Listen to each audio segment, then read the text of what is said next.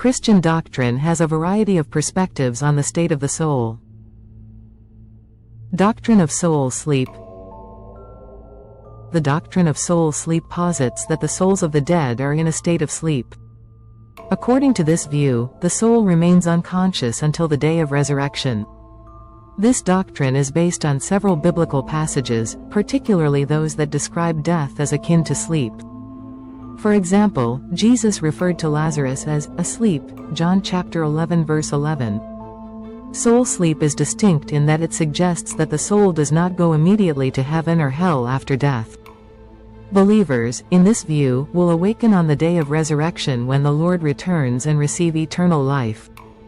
Doctrine of Annihilationism. The doctrine of annihilationism holds that the soul is annihilated after death.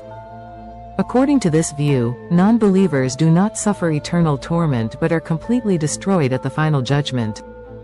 This doctrine arises from perspectives on God's mercy and justice, arguing that eternal torment is unreasonable and cruel. It is based on several biblical passages that speak of eternal destruction, 2 Thessalonians chapter 1 verse 9. Annihilationism is seen as an attempt to harmonize God's justice and mercy. Doctrine of eternal life of the soul. The doctrine of the eternal life of the soul is the most traditional and widely accepted Christian doctrine. According to this view, the soul continues to exist after death, with believers going directly to heaven and non-believers to hell. This doctrine is based on various biblical passages and is reinforced by Jesus' resurrection and promises. Jesus stated in John chapter 11 verse 25, "I am the resurrection and the life. The one who believes in me will live, even though they die." This is a promise of eternal life to believers.